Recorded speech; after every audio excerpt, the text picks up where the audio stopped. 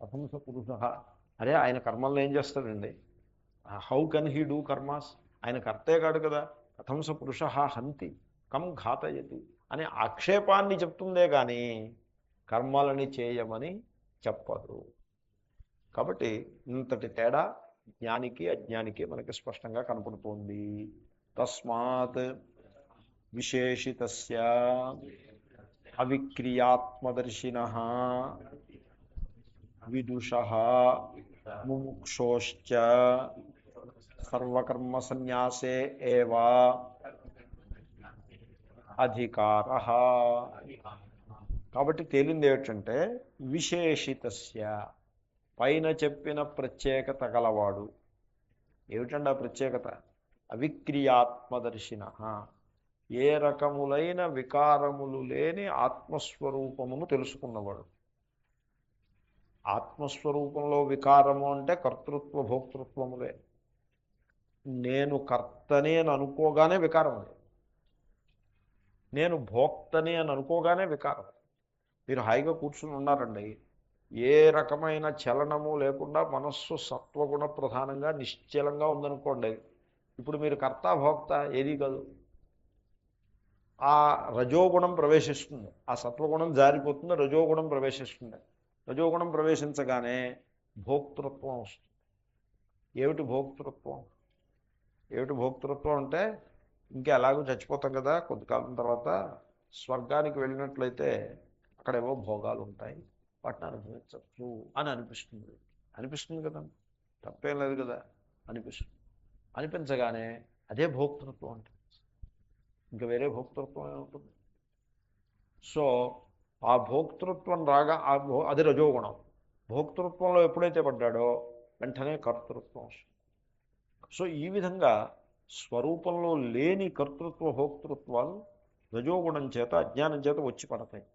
ఈ సత్యం తెలుసున్న వాడికి, వివేకం గలవాడికి, ఈ కర్తృత్వ భోక్తృత్వములు రజోగుణముతో నిండిన మనస్సు యొక్క కల్పనలు తప్పిస్తే నా స్వరూపంలో ఇవి లేవు. అవిక్రియ ఆత్మదర్శినః, వికారములు లేని ఆత్మస్వరూపము తెలుసుకున్న ఆ ప్రత్యేక వ్యక్తి, విశేషితస్య విదుషః, వాడు జ్ఞాని. జ్ఞానే కానక్కర్లా, ముముక్షోశ్చ, ఆ జ్ఞానమును పొందవలననే సాధనా మార్గంలో ముందుకు వెళ్ళిపోతున్నవాడు, మోక్షకామి. ముముక్షు అంటే మోక్షమును కోరువాడు. మోక్షము అంటే అర్థం ఏంటో తెలుసునండి, ఫ్రీడమ్ అని అర్థం, స్వాతంత్ర్యమును కోరువాడు. మనిషి స్వాతంత్ర్యాన్ని కోరటం చాలా కష్టమైన విషయం. ఫ్రీడమ్ని మనిషి కోరుకోడు. మనిషి ఏం చేస్తాడంటే బందీగా ఉండటానికి ఇష్టపడతాడు తప్పించి ఫ్రీడమ్ను కోరుకోడు. ఉదాహరణకి ఇప్పుడు జైల్లో పెట్టారనుకోండి, ఒక అతన్ని 10 సంవత్సరాలు జైల్లో ఉన్నాడు అనుకోండి. ఆ తర్వాత ఒకరోజు పొద్దున్నే ఆ జైలర్ పిలిచి, ఏమో నీ అకౌంట్ ఎంత ఉంది, ఇదిగో నీ మూట ముల్లే, ఇదిగో నువ్వు ఇంటికి వెళ్ళు అంటే వాడు ఆశ్చర్యపోతాడు. ఏమిటండి బాబు, నా మీద దయలేదా, మహాత్మా ఎందుకు అలా చేస్తున్నారని బాధపడతాడు. అంటే అప్పుడు ఆ జైలర్ అంటాడు, నిన్ను ఇంక ఇక్కడ అట్టబెట్టడానికి రూల్ లేదురా బాబు, నీకు ఏదైనా సహాయం కావలిస్తే నేను చేస్తా, కానీ జైలు బయట, జైలు లోపల మాత్రం కాదు, నడు నడు అని బయటికి పంపిస్తే వీడిని వాడిని తోస్తే కానీ వాడు బయటికి రాడు. ఎందుకంటే జైల్లో వాడు ఒక సెక్యూరిటీకి అలవాటు పడతాడు, ఒక సెక్యూరిటీ ఉంటుంది. అది దాని నుంచి బయటకు వచ్చేస్తే సెక్యూరిటీ లేదు. విశాల ప్రపంచంలోకి వచ్చేస్తే ఇప్పుడు వాడు ఎక్కడికైనా వెళ్ళొచ్చు. జైల్లో ఉంటే ఎక్కడికైనా వెళ్ళడం కుదరదు, వాళ్ళు చెప్పిన చోటకి చెప్పిన టైంలో వెళ్ళాలి. జైల్లోంచి బయటకు వచ్చేస్తే ఇప్పుడు ఎక్కడికైనా వెళ్ళొచ్చు, మొత్తం విశాల ప్రపంచమంతా ఎక్కడికైనా వెళ్ళొచ్చు. అంటే ఆ స్వాతంత్ర్యాన్ని వాడు తట్టుకోలేడు. కాబట్టి మనం అటువంటి వాళ్ళం. ఇప్పుడు ఉదాహరణకి ఇప్పుడు హైదరాబాద్లో మకాన్ చేస్తున్నాం అనుకోండి, ఢిల్లీ వెళ్ళామనుకోండి, ఢిల్లీ వెళ్ళామే కానీ మళ్ళీ వచ్చేస్తాం వెనక్కి. ఢిల్లీ వెళ్ళాము, ఇంకా వెనక్కి వచ్చేస్తాం. ఊరికే దేహమును రైలు మోసుకెళ్తోంది, కానీ మనస్సు దేహాన్ని రైలు మోసుకెళ్తోందంటే ఎలా మోసుకెళ్తోందంటే, ఇప్పుడు ఏదో ఒక రబ్బర్కి కట్టి ఇలా లాగినట్టే, అలా లాగుతుంటే ఆ మూలం నుంచి అలా దూరంగా వెళ్తోందే కానీ మళ్ళీ వెనక్కి వచ్చేస్తుంది. ఆ రబ్బర్ ఉంది కదా, వెనక్కి వేగంగా వచ్చేస్తుంది. అలాగే ఇప్పుడు ఢిల్లీ వెళ్తూ ఉంటాము, కానీ రిటర్న్ టికెట్ మన దగ్గర ఉంటుంది. తర్వాత విమానం ఎక్కేప్పుడు రిటర్న్ టికెట్ లేకపోతే రిటర్న్ డేట్ ఉంటుంది. సన్యాసం తీసుకుంటూ వెళ్తారు హృషికేశ్ కొంతమంది. వెళ్ళేప్పుడు చెప్పి వెళ్తారు, ఏమండోయ్ నేను ఫలానా రోజుకి వచ్చేస్తాను, మీరంతా రెడీ చేసి పెట్టాలి చెప్పి హృషికేశ్ వెళ్ళి సన్యాసం తీసుకుని ఆ డేట్ అవగానే వచ్చేస్తారు. కాబట్టి స్వాతంత్ర్యము అనేది అది చాలా కఠినమైన విషయం. అది నిప్పుతో చెలగాటం. అది స్వాతంత్ర్యమును తట్టుకోలేము మనం. మాకంత ఫ్రీడమ్ మనకి ఇష్టం ఉండదు. కానీ ఒకవేళ మీకు ఆ ఫ్రీడమ్ కావాలనుకుంటే ముముక్షో, నాకు ఎటువంటి ఫ్రీడమ్ కావాలంటే ఏ బంధాలు లేని పూర్ణ స్వాతంత్ర్యం కావాలి. అంటే ఉదాహరణకి నేను ఒక కుటుంబానికి చెందిన వాడను అంటే మరి బందిఖానాయేగా, అది నాకు ఉండకూడదు. నేను ఒక గ్రూప్కి చెందిన వాడను. కొంతమంది ఏం చేస్తారంటే కుటుంబం అనే బందిఖానా నుంచి బయటపడి ఒక గ్రూప్, ఒక కల్ట్లో ఫిక్స్ అయిపోతారు. ఆ కల్ట్ నుంచి ఇటు అటు కదలలేరు. ఆ రకమైన బందిఖానాలో ఫిక్స్ అయిపోతారు. సో ఒక వ్యక్తికి అతుక్కుపోతారు. వ్యక్తికి అతుక్కుపోతున్నారంటే ఆ వ్యక్తి మీద భక్తి ప్రేమ అని మీకు అలా అనిపిస్తుంది. అది వ్యక్తి మీద భక్తి ప్రేమ అలాగా వాడికి అలాగే అనిపిస్తుంది, ఆ వ్యక్తికి కూడా అలాగే అనిపించవచ్చు, అందరికీ అలాగే అనిపించవచ్చు. బట్ దాంట్లో ఉన్న రహస్యం ఏమిటంటే వీడు హీజ్ సైకలాజికల్గా ఫ్రీడమ్ లేదు వీడికి. ఆ సైకలాజికల్గా వీడు డిపెండెన్సీలోనే ఉంటాడు.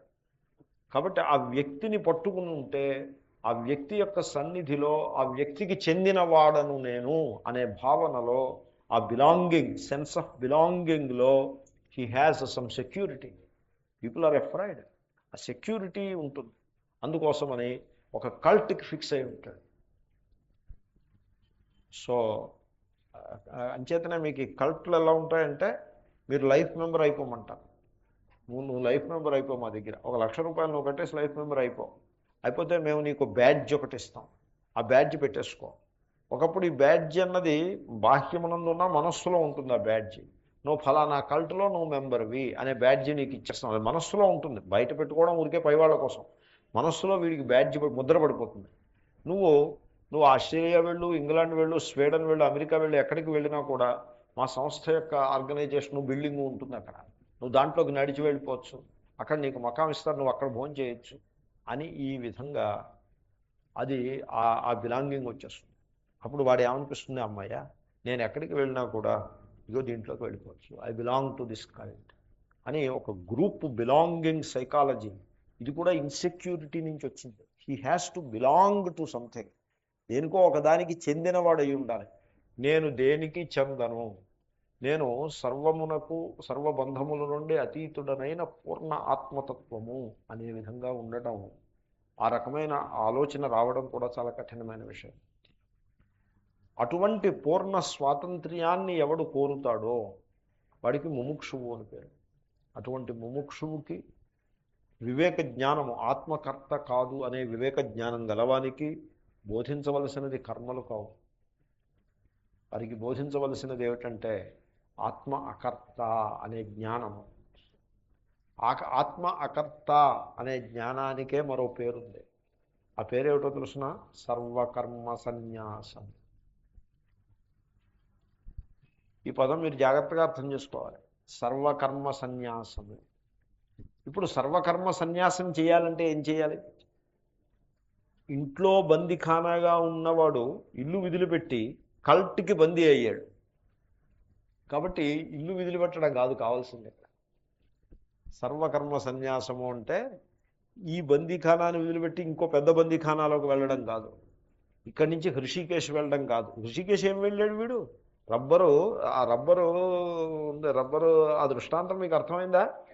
అంటే రబ్బరు ఇలా సాగతీస్తే ఉపయోగం, దూరం వెళ్ళినట్టు అనిపించిందే కానీ దూరం వెళ్ళలేదు, కనుక వెనక్కి వచ్చేస్తుంది. ఆ రకంగా ఈ హైదరాబాద్లో ఉన్న వాడిని హృషికేశ్ దాకా సాగతీశారు. ఏమైనట్టు అక్కడికి మళ్ళీ వాపసు వస్తాడు.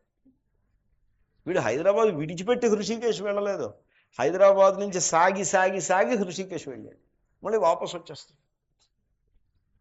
కాబట్టి ఆ సర్వకర్మ సన్యాసం అంటే అలా ఉండదు. సర్వకర్మ సన్యాసం is not a physical thing. ఆత్మ అకర్త అని అన్నది ఇప్పుడు ఎలాగండి ఇది? ఋషికేశ్ వెళ్తే ఆత్మ అకర్త అవుతుందా? లేకపోతే ఉత్తరకాశీ వెళ్తే ఆత్మ అకర్త అవుతుందా? కాదు. ఇంట్లో ఉంటే ఆత్మ అకర్త అవ్వదా? రామకృష్ణ పరమహంస ఇంట్లో ఉండగా ఆత్మకర్త అయిందా, లేకపోతే ఉత్తరకాశీ వెళ్తే అయిందా? కాబట్టి ఆత్మ అకర్త అని తెలుసుకున్నట పేరే సర్వకర్మ సన్యాసం. సర్వకర్మ సన్యాసము అంటే physical thing it is not a physical thing. ఫిజికల్గా ఇక్కడ చేస్తున్న పనులన్నీ వదిలిపెట్టి హృషికేశ్ వెళ్ళి కూర్చోవడం సర్వకర్మ సన్యాసం కాదు. బిల్లులు కట్టడం మానేసి అక్కడికి వెళ్ళి కూర్చోవడం సర్వకర్మ సన్యాసము అంటే. సర్వకర్మ సన్యాసము అంటే ఆత్మకర్త కాదు అని తెలుసుకొనుట నెంబర్ 1. నెంబర్ 2, ఆ ఆత్మ నేనే, ఆత్మకర్త కాదు అంటే నిన్న అనుకున్న చూడండి, ఆ పక్కనే ఉండే బండరాయి కర్త కాదు అన్నట్టుగా, అలా కాదు. కర్త అకర్తృ ఆత్మ నా స్వరూపమే. దీన్నే సర్వకర్మ సన్యాసము అంటారు. ఈ జ్ఞానానికి సర్వకర్మ సన్యాసము అని పేరు. సర్వకర్మ జ్ఞానంతో న్యాసం కానీ ఫిజికల్ న్యాసం ఏం లేదు. అంచేతనే చిత్తత్యాగ ఏవ సంసార త్యాగ. సన్యాసము అంటే త్యాగం కదండి. ఏమిటి త్యాగం చేయాలి? చిత్తత్యాగమే. చిత్తమునందు త్యాగం చేయాలి. ఇప్పుడు ఉదాహరణకి ఇంట్లో ఉన్నారనుకోండి, ఇంట్లో ఉండి ఇదిగో నేను ఈ స్త్రీకి భర్తను, పురుషుడి విషయం చెప్తున్నాను, స్త్రీకి అలాగే అన్వయించుకుంటారు. నేను ఈ స్త్రీకి భర్తను, నేను భర్తనే ఆమె భార్య, కాబట్టి ఆమె she should do all these things to me. And then వీళ్ళందరూ కుమారులు కుమార్తెలు, they have to do all this to me. And so this is my status, this is my position అని ఈ విధంగా ఉంటున్నవాడు అజ్ఞాని అని అనుకున్నాం కదా. అలా కాకుండా ఇప్పుడు ఈ స్థితి తప్పిపోవాలంటే హృషికేశ్ వెళ్తే తప్పిపోతుందా ఈ స్థితి? హృషికేశ్ వెళ్తే హృషికేశ్లో కూర్చుని నేను వచ్చేసాను ఇక్కడికి, వాళ్ళు ఇప్పుడు నేను వచ్చేసాను వదిలిపోయిందని సంతోషంగా ఉన్నారో ఏమోనో అని ఇలాగంటే సందేహం కూడా వస్తుంది. తర్వాత హృషికేశ్ నుంచి మళ్ళీ ఫోన్ చేసి ఎలా ఉన్నారు, ఏమిటి, జాగ్రత్తగా ఉంటున్నారా, ప్రతి నెల డబ్బులు అవి జాగ్రత్తగా తీసుకుంటున్నారా లేదా, ఎలా చేస్తున్నారు, నేను ఈసారి వచ్చినప్పుడు ఒకసారి బ్యాంక్ పుస్తకం అది నాకు చూపిస్తూ కొంచెం ట్రై చేస్తాను. ఇది దాంట్లో సర్వకర్మ సన్యాసం ఏమైనట్టు అక్కడికి? అలా అది కాదు పాయింట్.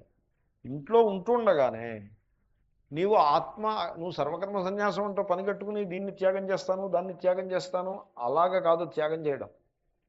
ఆత్మ అకర్త అభోక్త అనే సత్యాన్ని తెలుసుకుంటే అన్నీ త్యాగం అయ్యే ఉన్నాయి.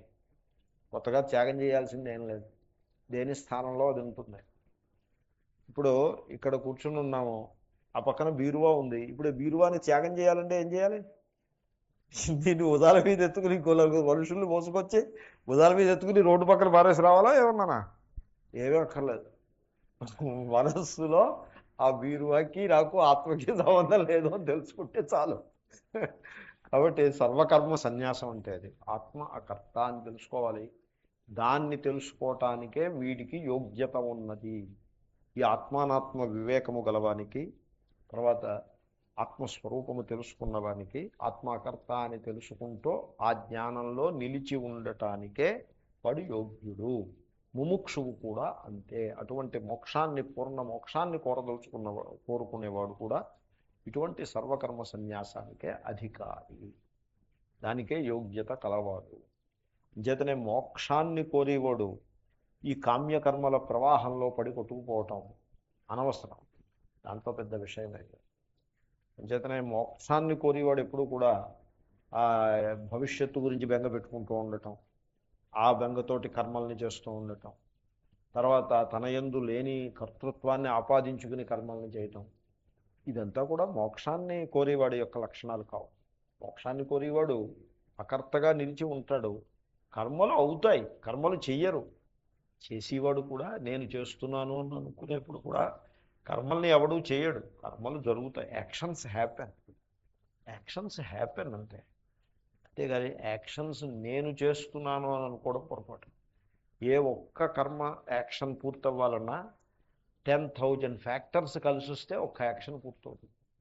ఆ 10,000 ఫ్యాక్టర్స్లో ఈ కర్మను చేసేవాడని నేను అనే సంకల్పం ఉన్నదే, అది only one of the factors.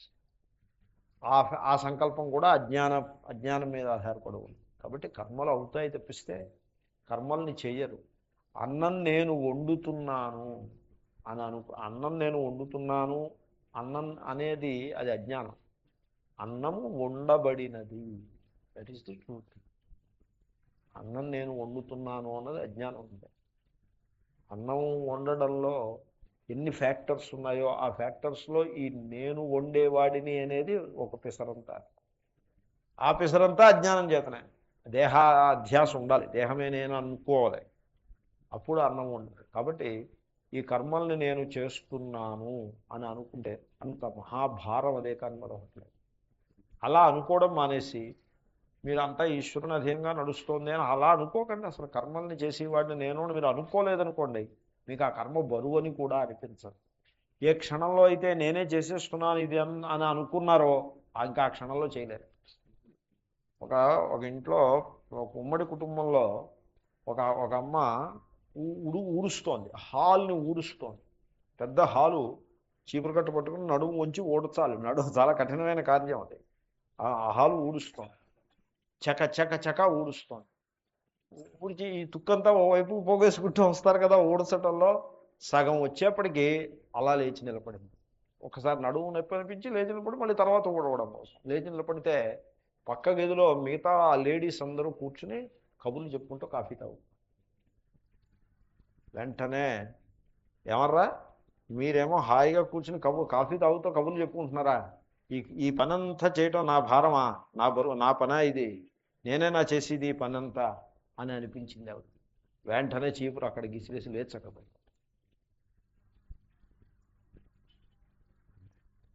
అంతకుముందు చేసినప్పుడు ఈ మాట అనిపించలేదు కాబట్టి కర్మ అయిపోయి కర్మలు అవుతాయి. కాబట్టి నేను చేస్తున్నాను అని మీరు అనుకుంటే ఆ కర్తృత్వ భావన మహాభారం, ఇంకా చేయలేరు మీరు ఆ పని. దానికి బోల్డన్ని కంపారిజన్స్ వచ్చేస్తాయి. వాడు నాకంటే తక్కువ, నాకంటే ఎక్కువ, నాకు ఏమి లాభం దీనివల్ల, what is in it for me అని ఈ భోక్తృత్వం వచ్చేస్తుంది. ఆ కర్మ మీకు బరువు అయిపోతుంది.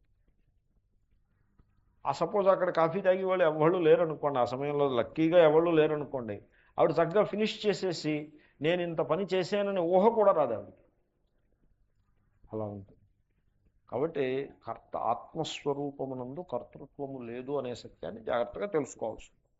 అత ఏవా భగవాన్ నారాయణ సాంఖ్యాన్ విదుష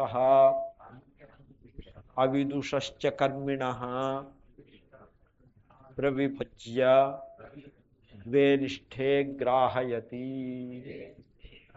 జ్ఞానయోగేన సాంఖ్యానాం కర్మయోగేన యోగినాం ఇది. అంచేతనే నారాయణ భగవానుడు అతయేవ భగవాన్ నారాయణ. నారాయణ భగవానుడు అంటే శ్రీకృష్ణుడే. నారాయణ భగవానుడు ఏం చేశాడంటే మొత్తం జనాల్ని 2 వర్గాల కింద విడగొట్టాడు, 2 గ్రూప్స్ కింద విభాగం చేశాడు. అంటే 2 పార్టీలు పెట్టాడని కాదు, ఉడికే విషయం తెలియడం కోసం ఇద్దరినీ ఒకే మార్గంలో తీసుకుపోతాడు. కానీ వాళ్ళకు ఉండే అధికారాన్ని, యోగ్యతని బట్టి 2 భాగాలు చేశాడు. ఏమిటా 2 భాగ్యాలను? సాంఖ్యాన్ విదుష, ఆత్మ అనాత్మ వివేకం గలవాళ్ళు. అంటే కర్తృత్వము అనేది దేహాదుల యందు ఉందే కానీ ఆత్మయందు లేదు, ఆత్మ అకర్త అనే వివేకం గలవాళ్ళు. వాళ్ళకి విదుష, వివేక జ్ఞానం గలవాళ్ళు, వాళ్ళకు ఓ పేరు పెట్టాడు, సాంఖ్యులు అని పేరు. సాంఖ్యులు అంటే కపిల సాంఖ్యం వాళ్ళు కాదు. సంఖ్య అంటే జ్ఞానం, జ్ఞానము గలవారు అని అభిప్రాయం.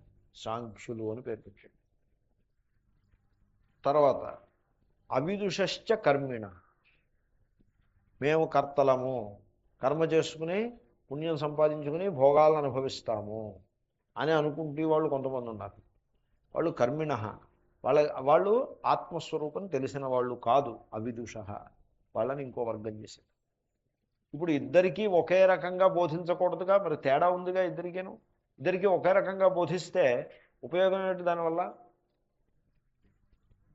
ఇప్పుడు 95 మార్కులు వచ్చిన వాడిని సీట్ ఇచ్చారు, 25 మార్కులు వచ్చి ఫెయిల్ అయిన వాడిని రిజర్వేషన్ కేటగిరీలో పాస్ చేసి వాడికి సీట్ ఇచ్చారు. ఇప్పుడు ఒకే టీచర్ వచ్చి బోధిస్తాడు వీళ్ళకి. అది ఏం సక్సెస్ అవుతుంది? సక్సెస్ కాలేదంటే ఆశ్చర్యం ఏమిటి? ఎలా సక్సెస్ అవుతుంది? మౌలికమైన దోషం వచ్చి పడింది కదా. కాబట్టి ఏం చేయాలంటే ఈ 95 మార్కులు వచ్చిన వాడి స్థాయికి వీడిని తీసుకొచ్చి, అంత స్థాయి కాకపోయినా ఒక లెవెల్కి, ఈ 30 మార్కుల వాడిని 60 మార్కుల లెవెల్కి తీసుకొచ్చి వదిలిపెట్టాలి. దాంట్లో ఆ లెవెల్ దాకా వాడిని తర్ఫీదు ఇచ్చి అప్పుడు వదిలిపెట్టాలి. అంతేగాని అందరినీ కట్టగట్టి ఒకే చోట కూర్చోబెట్టి పాఠం చెప్తే ఎవడు బాగుపడతారు దీంట్లో? కాబట్టి తర్ఫీదు ఇచ్చి మీరు వదిలిపెట్టాలి. అలా చేస్తారు.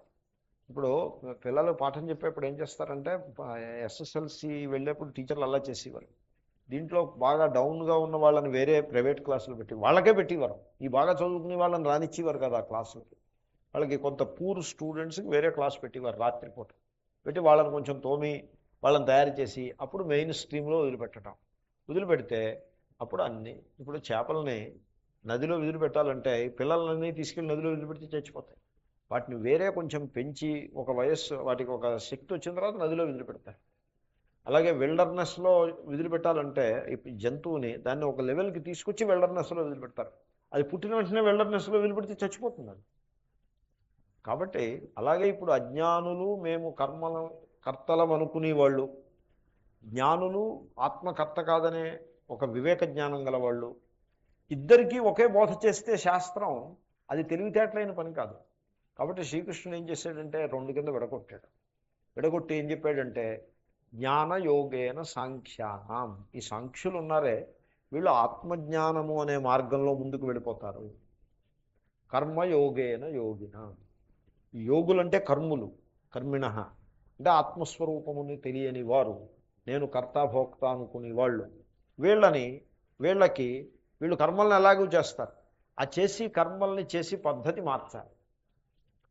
ఇప్పుడు ఎలా చేస్తున్నారు కర్మలని? కరడుగట్టిన స్వార్థంతో చేస్తున్నారు కర్మలు. కరడుగట్టిన స్వార్థం అంటే ఇంకా మళ్ళీ తిరుగులేని స్వార్థం.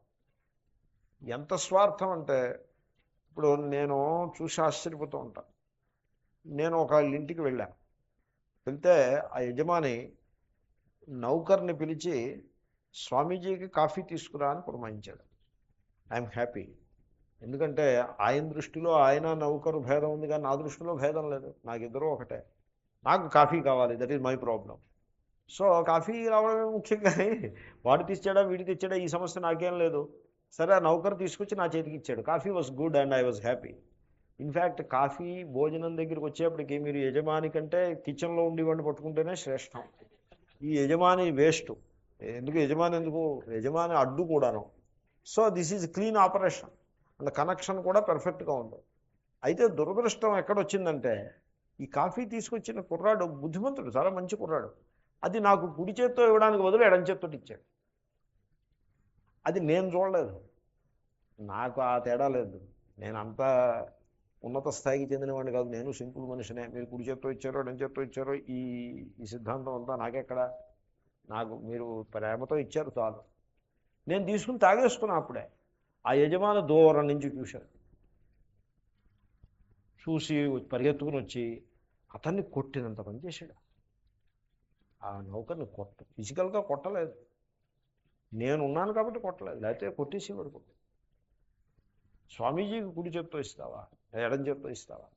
I felt very sad and very bad about it. Because నాకు ఇచ్చి కాఫీకి ఒక మనిషికి అంతటి క్లేశం, మానసికంగా చాలా క్లేశాన్ని అనుభవించి ఉంటాడు.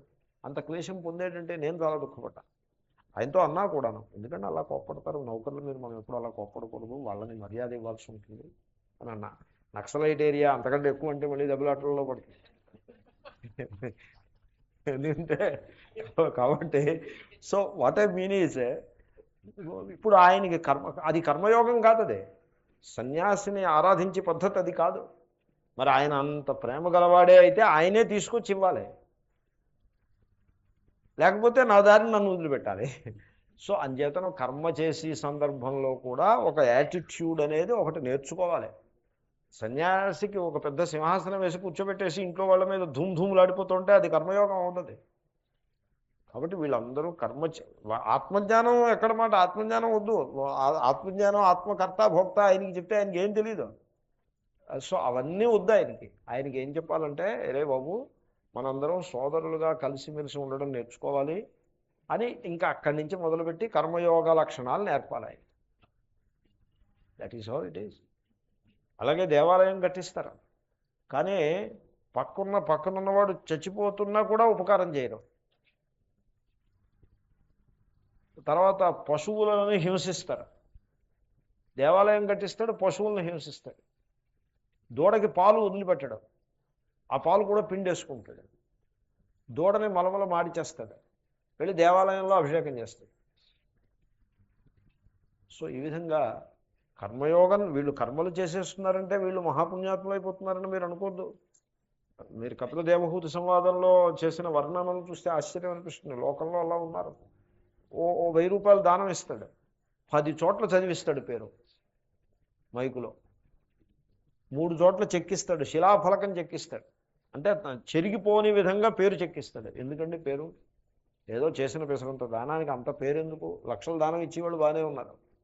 సో అంటే వీళ్ళకి దానం చేసేప్పుడు కూడా ఎలా దానం చేయాలో తెలియదు, కర్మ చేసేప్పుడు ఎలా చేయాలో తెలియదు, అతిథి పూజ చేసేప్పుడు ఎలా చేయాలో తెలియదు. కర్మల్ని చేస్తున్నారే కానీ చాలా తప్పుడు దృష్టికోణంతో చేస్తున్నారు. తర్వాత పుట్టలు కామ్యాలు, కామనలు, పుట్టలు కామనలు. ఇంక ఇన్ని కామనలు అంటే ఇంకా అలా కామనల పైకి రాకమునిపే ఇక్కడ సొల్యూషన్ రెడీ. మీ కోరిక ఏమిటి? మా కోరిక, మేము డాక్టర్లు ఉన్నారనుకోండి, డాక్టర్ ప్రాక్టీస్ బాగా పెరగాలి, అయితే మీకోసం ఈ కర్మ. మాకు సంతానం కావాలి, ఈ కర్మ. మగపిల్లవాడు కావలిస్తే ఈ కర్మ, ఆడపిల్ల కావలిస్తే ఈ కర్మ అని ఈ విధంగా లిస్టు, పుట్టల కింద కామనలు, కామ్యకర్మలు. ఎన్ని కోరికలంటే, మా బావమరిదేమో ఏదో వీసా కావాలి, చిలుకూరు వెంకటేశ్వర స్వామి దగ్గరికి వెళ్తే వీసా వస్తుంది అని అదో కోరిక అని ఈ విధంగా పుట్టల కోరికలు. ఇప్పుడు వీసా కోసం దేవుణ్ణి ప్రార్థించడం అదో పద్ధతి, తప్పేం కాదు, అంట్లో తప్పేం లేదు. వాడు విశాఖపట్నం నుంచి మద్రాసు వీసాకి వెళ్తూ ఇక్కడికి వచ్చి వెంకటేశ్వర స్వామి దర్శనం చేసి తిరుపతి వెళ్ళడం, తిరుపతి వెంకటేశ్వర స్వామి వీసా ఇవ్వడం, చిలుకూరు వెంకటేశ్వర స్వామి వీసా. సాక్షాత్తుగా వెంకటేశ్వర స్వామి కనపడ్డా కూడా తోసేసి ఇక్కడికి వచ్చేస్తాయి. సో ఇది ఈ విధంగా కర్మలను చేసే సందర్భంలో కూడా చాలా అసందర్భంగా, చాలా అయోగ్యంగా, ఈ అంచేతనే ఈ నాస్తికులు వాళ్ళు విమర్శించడానికి కావలసినంత అవకాశాన్ని ఇస్తూ చాలా అసందర్భంగా చేస్తున్నారు కర్మలు. ఇవి ఏమీ కర్మయోగంలోకి రావు. కర్మలని చేస్తే ఎలా చేయాలంటే ఆ కర్మ అంతఃకరణాన్ని పవిత్రం చేసేసి మిమ్మల్ని మోక్ష మార్గంలోకి నడిపించేసే విధంగా ఉండాలి. అలా ఉండాలి కర్మ చేస్తే. కర్మ చెయ్యాలి కానీ ఆ దారిలో చేయాలి. కర్మయోగ. అందుకోసం ఈ అజ్ఞానులు, అజ్ఞానులు అంటే అదేదో తప్పు మాట అనుకోవద్దు మీరు, ఆత్మస్వరూపమును తెలియని వారు. ఈ అజ్ఞానుల కోసమని వాళ్ళు కర్మల్ని చేసుకుంటారు, కానీ ఆ కర్మల్ని చేసే పద్ధతి ఇలా ఉండాలి. అంతిమంగా కర్మల్ని అతిక్రమించి జ్ఞాన మార్గంలోకి వెళ్ళిపోయిట్లా ఉండాలి. దాని పేరే కర్మయోగము. మనం చూడబోతాం ఇదంతా కూడా. సో ఈ విధంగా 2 నిష్టలని చెప్పాడు. ఈ ప్రసంగం అంతా ఎందుకు వచ్చిందంటే, జ్ఞానికి అజ్ఞానికి ఇంక తేడా ఏముంది అనో మాట వస్తే దాని మీద వచ్చింది. ఇంత తేడా ఉంది. తర్వాత తథాచ పుత్రాయాః భగవాన్ వ్యాసః ద్వావిమావథ పంథానౌ ఇత్యాది. సరిగ్గా నారాయణుడు, శ్రీకృష్ణ భగవానుడు గీతలో చెప్పడమే కాదు, ఇదే అభిప్రాయాన్ని వ్యాస మహర్షి శుకునికి మహాభారతం శాంతి పర్వంలో చెప్తాడు. ఏమని చెప్తాడంటే, ద్వావిమౌ అథ పంథానౌ. అథ తర్వాత, అంతకుముందు ఏదో ప్రసంగం అయింది, అథ తర్వాత ద్వౌ ఇమౌ పంథానౌ. పంథానౌ అంటే దారులు, 2 మార్గములు 2. ఒకటి కర్మయోగము, 2 జ్ఞానయోగం. ఏమిటి మార్గములు 2? చూడు, నీవు నేను కర్తనే అనుకుంటున్నావా? ఎస్, అవును, నేను కర్తను కాబట్టి మరేమిటి? నీకు భోక్తవా నువ్వు? అవును, భోగాలు కావాలి, స్వర్గానికి వెళ్ళాలి, ఇక్కడ భోగాలను అనుభవించాలి. వెరీ గుడ్, నీకోసం కర్మయోగము, నువ్వు ఇలా చేయగలవు. ఇంకొకడు ఏమో, నీవు కర్త భోక్త అనుకుంటున్నావా? కాదేమో అనుకుంటున్నానండి, ఆత్మకర్త భోక్త కాదనే సత్యాన్ని తెలుసుకునే ప్రయత్నంలో ఉన్నాను. నేను వైరాగ్యం మీద ప్రీతి ఉన్నది, ఈ స్వర్గాది సుఖముల మీద నాకు పెద్ద శ్రద్ధ లేదు. నేనేమో ఏకాంతంలో కొంత తపస్సు చేసుకుని ఆత్మస్వరూపాన్ని తెలుసుకోవాలనుకుంటున్నాను అని ఇంకొకటి అంటాడు. వయస్సుతో ఒక నిమిత్తం కాదు, వయస్సుతో ఏముంది.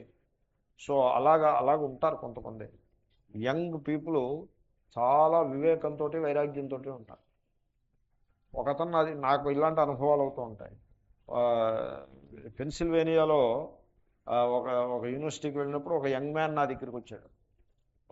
అతని వయసు 30 ఏళ్ళు ఉంటాయి. నా దగ్గరికి వచ్చి, స్వామీజీ నేనేమో హృషికేశ్ వెళ్ళి అక్కడ కొంతకాలం శాస్త్రాన్ని అధ్యయనం చేసుకుంటూ తపస్సు చేసుకుంటూ బతకాలనుకుంటున్నాను, మీ అభిప్రాయం ఏంటంటే సలహా అడగడానికి వచ్చాను. నేను అతన్ని చూడగానే, ఏ పెన్సిల్వేనియాలో ఈ కుర్రాళ్ళు వీళ్ళ మొహం, వీళ్ళు హృషికేశ్ ఏమిటి, ఏం తపస్సు చేస్తారు వీళ్ళని ఒక దృష్టికోణం నాలో ఉండే. అతన్ని చూడగానే ఏం చేస్తున్నావు అంటే, ఏదో ఇంజనీరింగ్ చదివా, కొంతకాలం ఉద్యోగం చేయవా, తర్వాత చూద్దాంలే ఈ తపస్సులు ఇవన్నీను, ఆత్మస్వరూపం తర్వాత చూద్దాంలే అని ముందు అనేశాను. ఆ తర్వాత కొంత ప్రసంగం నడిచింది. ఒక అరగంట ప్రసంగం అయిన తర్వాత నా మాట నేనే దిద్దుకుని, నువ్వు హృషికేశ్ వెళ్ళని చెప్పాను. ఎందుకంటే అతనిలో అంత పూర్ణమైన వైరాగ్యం, అంత పూర్ణమైన వివేకం ఉన్నది. నాకే ఆశ్చర్యం అనిపించింది ఆ వివేక వైరాగ్యాలు చూస్తే. అమ్మ, ఎంత వివేకం రా అని నేనే ఆశ్చర్యపోయాను. నువ్వు చాలా పుణ్యాత్ముడవయ్యా, నువ్వు హృషికేశ్ వెళ్ళు, నీకు అక్కడ చాలా బాగుంటుంది అని చెప్పాను. వెళ్ళాడు హృషికేశ్, అతను హృషికేశ్లోనే ఉన్నాడు ఇప్పుడు. సో ఈ విధంగా మనిషిని చూడగానే తెలిసిపోతుంది కదండి. కనుక వావు ఇమౌ అథ పంథ, అతన్ని నువ్వు పెళ్లి చేసుకో, పెళ్లి చేసుకునేమో అదేమిటి ఈ కర్మ చేయి ఆ కర్మ చేయి అలా ఎందుకు చెప్తాం అతనికి? అతనికి నీకు మోక్ష మార్గము, నువ్వు వెళ్ళిపో హృషికేశ్. అతను పెళ్లి చేసుకోడు, అతను పెళ్లికి పనికిరాడు. పెళ్లి చేసుకుంటే ఆ అమ్మాయిని ఏమో సినిమాకి తీసుకెళ్ళమన్నా ఏదో అంటుంది, వీడి వల్ల కాదు అది. సో అదే వర్కౌట్ అవ్వదు, అందులో అమెరికాలో అసలే కాదు. సో తర్వాత ఉపయోగం లేదు దానివల్ల. కాబట్టి అది రెండో మార్గము. రెండు మార్గాలు అలా శాస్త్రం చెప్పింది. కాబట్టి ఈ రెండు మార్గాలు ఉన్నాయి. ఇంత తేడా ఉంది. వివేక జ్ఞానం గలవాడికి, ఆత్మ నేను కర్తను అనుకునేవాడికి ఇంత తేడా ఉంది. తథాచ క్రియాపథశ్చైవ పురస్తాత్ పశ్చాత్ సన్యాసశ్చ అని వ్యాస మహర్షి శాంతి పర్వంలో ఇంకో చోట చెప్పాడు. ధర్మరాజు గారు ఏదో ధర్మరాజు అర్జునుడికి కూడా శ్రీకృష్ణుడు ఇలాగే చెప్పాడు, కర్మయోగం ఎడవరా కొంతకాలం, తర్వాత సన్యాసానికి కంగారు లేదని చెప్పాడు శ్రీకృష్ణుడు అర్జునుడికి, అతని లక్షణం తెలుసున్నవాడు కాబట్టి. అలాగే ధర్మరాజు గారికి కూడా వ్యాసుడు చెప్తాడు, క్రియాపథశ్చైవ పురస్తాత్, ఇప్పుడే కదా యుద్ధం అదే అయింది, కొంతకాలం నీవు రాజుకి మంచి పరిపాలన ఇయ్యి, క్రియాపథశ్చైవ పురస్తాత్. ఆ తర్వాత పరీక్షిత్ కుర్రాడు ఇంకా తిరుగుతున్నాడు, ఇటు అల్లరి చేస్తూ ఆటలాడుకుంటూ తిరుగుతున్నాడు. మనవడు పరీక్షిత్తు, వీళ్ళకి ధర్మరాజాదుడికి పరీక్షిత్తు మనవడు. So పరీక్షిత్తేనండి yeah. సో ఆ పరీక్షిత్తు కొంచెం యోగ్యమైన వయస్సు వచ్చి అతడు రాజ్యభారాన్ని వహించగలడు అన్న తర్వాత సన్యాస పశ్చాత్, నువ్వు సన్యాసమే తీసుకుందు కానీ ఉత్తర దిక్కు ప్రయాణం, సన్యాసం అంటే ఉత్తరానికి పోవడం, నువ్వు సన్యాసమే తీసుకుందు కానీ అని అలా బోధిస్తాడు. కాబట్టి మనిషి యొక్క ఎదుగుదల మార్గంలో క్రియాపథ పురస్తాత్, కర్మయోగం ముందు సన్యాసం. సన్యాసం అంటే కర్మ సన్యాసం, ఆత్మనిష్ట, ఆత్మజ్ఞాన నిష్ట. అది తరువాత ఆశ్రమరూప సన్యాసం అనే అభిప్రాయం కాదు, సర్వకర్మ సన్యాసం అంటే కర్మలను విడిచిపెట్టి ఆత్మస్వరూప విచారానికి ప్రధానంగా ముందుకు వెళ్ళుట, ఇది తర్వాత అని ఈ విషయాన్ని కూడా శాంతి పర్వంలో శ్రీకృష్ణుడు వ్యాస మహర్షి చెప్పి ఉన్నాడు. కాబట్టి జ్ఞానులకు అజ్ఞానులకు ఒకే మార్గాన్ని బోధించడం, తేడా ఉన్నది. ఏతమేవ విభాగం పునః పునః దర్శయిష్యతి భగవాన్. ఈ తేడా, విభాగము అంటే ఈ తేడా అంటే మనిషి యొక్క అభివృద్ధికి ఉపయోగించి తేడా. కాబట్టి మనకుండే స్థితిలో కర్మయోగాన్ని అనుష్ఠిస్తూ ఆ లక్ష్యాన్ని ఎదుర్కొండా పెట్టుకుని ఆత్మ కర్త భోక్త అనే సత్యాన్ని మనం తెలుసుకోవాలి అనే లక్ష్యం వైపు పయనించటం. ఆ లక్ష్యం ఉంటుంది, కానీ జీవితంలో కర్మయోగాన్ని అనుష్ఠిస్తాం, మన కర్తవ్య కర్మలని పూచిగా నిర్వర్తిస్తూ నిష్కామంగా చేస్తూ చాలా వస్తుంది ఎలా చేయాలి కర్మలు అనేది. అదంతా కూడా భగవాన్ దర్శయిష్యతి, శ్రీకృష్ణుడు చూపిస్తాడు, ఇదంతా వివరిస్తాడు, ఒకసారి కాదు అనేక సార్లు చెప్తాడు. శ్రీకృష్ణుడు గీతలో రిపీట్ చేస్తాడు, repeats himself again and again. ఎందుకంటే ఈ సత్యాలు ఉన్నాయి, ఎంత సింపుల్గా ఉంటాయో ఎంత లోతుగా ఉంటాయంటే ఎప్పటికప్పటికి చేయి జారిపోతూ ఉంటాయి, ఎప్పటికప్పటికి వీడు సంసారంలో పడిపోతూ ఉంటాడు. అందుకోసం ఎన్నిసార్లు చెప్పినా ఆత్మస్వరూపాన్ని అలా చెప్తూ ఉంటారు, ఆత్మకర్త అని చాలాసార్లు చెప్తాడు. అని శంకరులు ఓసారి మీకు దృష్టాంతంగా కొన్ని వాక్యాలు చూపిస్తున్నారు, రాబోయే వాక్యాలే. అతత్వవిత్తు అహంకార విమూఢాత్మ కర్తాహమితి మన్యతే. ఇది ఒక కొటేషను. అతత్వవిత్, తత్వము తెలియనివాడు. తత్వవిత్ అంటే తత్వము తెలిసినవాడు, నా తత్వవిత్ అతత్వవిత్. తు ఆన్ ది అదర్ హ్యాండ్ అతత్వవిత్ ఆత్మస్వరూపమును తెలియని వాడు ఎలా ఉంటాడు? అహంకార విమూఢాత్మ. కర్తను నేనే, అహంకరోమి, కర్తను నేను అని వ్యామోహమును పొందిన బుద్ధి కలిగి ఉంటాడు. ఆత్మ అంటే బుద్ధి, విమూఢాత్మ, సచ్చిదానంద ఆత్మ కాదు. విమూఢ అంటే వ్యామోహమును పొందిన, వ్యామోహము అంటే డెల్యూషన్, భ్రాంతి పడినటువంటి బుద్ధిని కలిగి ఉంటాడు. కలిగి ఉండి కర్తాహమితి మన్యతే, నేనే కర్తను అని ఆ ఈగోతోటి ఐడెంటిఫై అయ్యి, దేహాభిమానంతో ఈగోతోటి ఐడెంటిఫై అయ్యి నేనే కర్తను అని భావన చేస్తూ ఉంటాడు అని ఓ చోట వాక్యం చెప్పాడు. తత్వవిత్తు అహంకరోమితి. సో తత్వవేత్త, తత్వము ఆత్మస్వరూపము తెలిసినవాడు స్పష్టంగా కర్తను నేను కాను అనే జ్ఞానంలో నిలిచి ఉంటాడు అని ఇంకో వాక్యం తత్వవిత్తు మహాబాహో అని వస్తుంది. ఆ శ్లోకాలు మీరు చూసుకోండి, అక్కడ వస్తాయి అనే సూచన. తథాచ సర్వకర్మాణి మనసా సన్యస్యాస్తే ఇత్యాది. అలాగే ఇంకో కొటేషన్, ఇవన్నీ రాబోతున్నాయి. సర్వకర్మాణి సన్యస్య, అన్ని కర్మలని విడిచిపెట్టేసి. ఎలాగ విడిచిపెట్టేసి? మనసా సన్యస్య. నేను మీకు మనవి చేశాను, వీరువాని వదిలిపెట్టేయాలంటే వీరువాని పారేస్తే వదిలిపెట్టినట్టు కాదు. మనసా సన్యస్య, దాని స్థానంలో అది ఉంటుంది. ఇప్పుడు మా మిత్రుడు ఒకడు ఉండేవాడు. ఏమన్నాడంటే, నేను ఇప్పటి నా అంతటి గొప్పవాడు ఎవడో ఉండడు, ఎందుకంటే నేను ఇప్పటికీ 30 సార్లు సిగరెట్లు మానేశాను అని. ఒకసారి 2 సార్లు కాదు, 30 సార్లు మానేసేట సిగరెట్లు. అది మానేసినట్టు కాదు. పారేస్తూ ఉండడం, మళ్ళీ తెచ్చుకుంటూ ఉండడం. ఈవేళ సిగరెట్ ప్యాకెట్ పారేయడం, ఓ రోజో 2 రోజులో ఎప్పటికి ఏదో ప్రపంచం అంతా శూన్యమైపోయినట్టు అనిపిస్తుంది, మళ్ళీ వెళ్ళి తెచ్చుకుంటూ ఉన్నాం. అది ఒకటి లెక్క. ఒకసారి మానేశాడు, మళ్ళీ 15 రోజుల తర్వాత మళ్ళీ ఏదో ఉత్సాహం వచ్చి మళ్ళీ పారేసి మళ్ళీ. నేనంటాను, నువ్వు పారేయొద్దు. ఎందుకు పారేయడం? ఎందుకు సిగరెట్ ప్యాకెట్ పారేయడం ఎందుకు? మళ్ళీ కొనేది మహాభాగ్యానికి పారేయడం ఎందుకు? అది అలాంటి పెట్టు, దాన్ని ఉండి చోట ఉండని, జేబులో ఉండని, keep it in the pocket. మళ్ళీ బయట ఎందుకు? పాకెట్లో పెట్టుకుని మనసా సన్యస్య, నువ్వు మనస్సుతోటి దాన్ని పరిత్యాగం చేయి. అది నువ్వు చేయగలిగితే జేబులో పెట్టుకున్నా నష్టం లేదు, పెట్టుకోపోయినా నష్టం లేదు. అది చేయలేకపోతే ఎక్కడున్నా ఒకటే, జేబులో ఉన్నా ఒకటే, కొట్లో ఉన్నా ఒకటే. వీడు కొట్లోకి పరిగెత్తుకెళ్ళి తెచ్చుకొస్తుంది.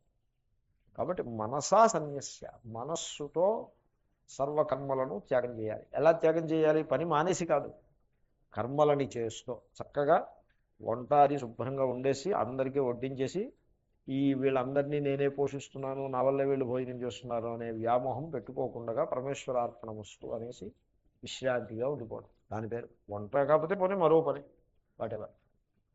కాబట్టి మనసా సన్యాస. శ్రీకృష్ణార్పణమస్తు అనో వాక్యం ఉంటుంది.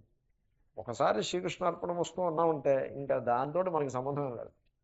కర్మ వచ్చి మిమ్మల్ని పట్టుకోదు, ఎందుకంటే కర్మ అయిపోతూ ఉంటుందండి. అలా కర్మ చేయగానే అయిపోయిందంటే అక్కడికి కర్మ క్షణికం. ఏది కర్మ ఎక్కడుంది? ఇప్పుడు హోమం చేశారు, విష్ణవే స్వాహ అన్నారు, విష్ణవైదన్నమా, ఏది అయిపోయింది కర్మ. ఇంకేది కర్మ ఏముంది అక్కడ? అది వచ్చి మిమ్మల్ని పట్టుకోవడానికి. మీరు దాన్ని పట్టుకుంటారు.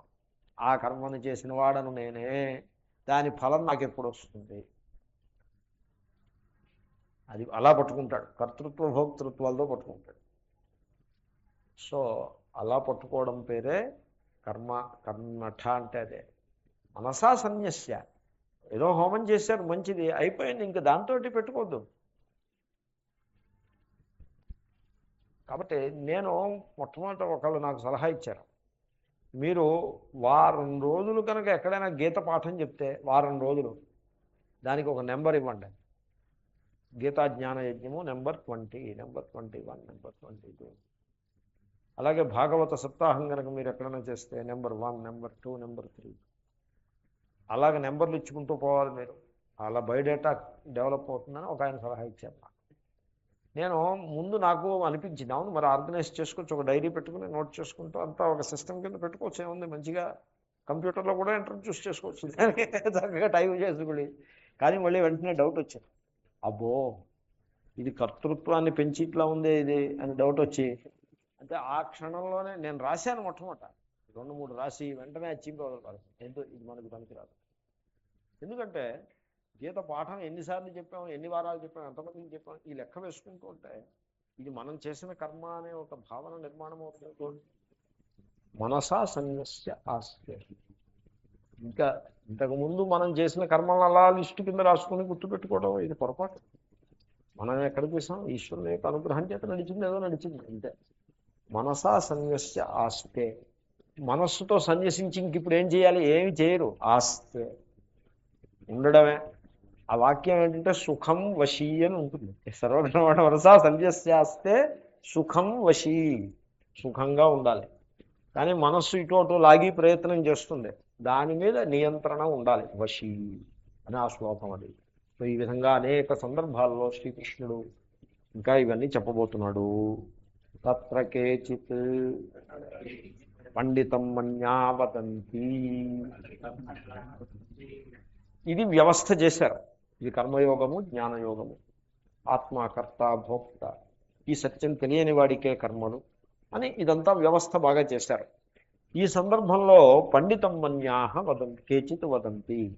కొందరు చెప్తున్నారు ఇలాగా, పండితం మన్యాహ, పండితులు కాదు, పండితం మన్యాహ. పండితం ఆత్మానం మనుతే ఇది పండితం మన్యః. నేను పండితుణ్ణి అనుకునేవాడు అంటే పండితుడు కాదు అని. అపండిత. పండితుడు కాకపోవడం తప్పు కాదు. విద్వాంసుడు అందరూ కానక్కర్లేదు, అందరూ చదువుకోనక్కర్లేదు. చదువుకోకుండా చదువుకున్న వాడిని అని అనుకుంటేనే ప్రమాదం. ఇప్పుడు వాడికి ఏమీ తెలియదు, వాడికి తెలుసున్నది సున్నా. ఆ సంగతి నాకు తెలుస్తూ ఉంటుంది. I can see it. ఎంత స్పష్టంగా తెలుస్తూ ఉంటుందంటే ఒక్క నోటంపట ఒక్క వాక్యం పలికేపటికి ఇతగాడికి ఏమీ తెలియదు అని మనకు తెలిసిపోతూ ఉంటుంది. కానీ అతను చాలా గంభీరమైన వేషం వేసుకుని ఉంటాడు, బాహ్య చిహ్నాలు చాలా గంభీరంగా ధరిస్తాడు, తర్వాత చుట్టూ కొంత పారాఫెర్నేలియా ఉంటుంది. జనం ఏమో అతను ఉపదేశిస్తాడని మనం ఉపదేశం తీసుకుంటామని ఎదురు చూస్తూ ఉంటారు. ఇది పరిస్థితి. ఎంత విదూరం అవుతుంది. అంత దురదృష్టకరమైన పరిస్థితి అదే కానీ పోవట్లేదు. లోకం అంతా అలాగే నడుస్తూ ఉంటుంది. ఈ లోక స్వభావం. కేచిత్ పండితం మన్యా వదంతి. సో కొంతమంది పండితం మన్యులు ఇలా చెప్తున్నారు. ఎలా చెప్తున్నారు ఇది రేపు క్లాస్లో చూద్దాం, నెక్స్ట్ క్లాస్లో చూద్దాం. ఓం పూర్ణమద పూర్ణమిదం పూర్ణాత్ పూర్ణముదచ్యతే పూర్ణస్య పూర్ణమాదాయ పూర్ణమేవావశిష్యతే. ఓం శాంతి శాంతి శాంతి. ఒక్క మాట దయచేసి 2 నిమిషాలు.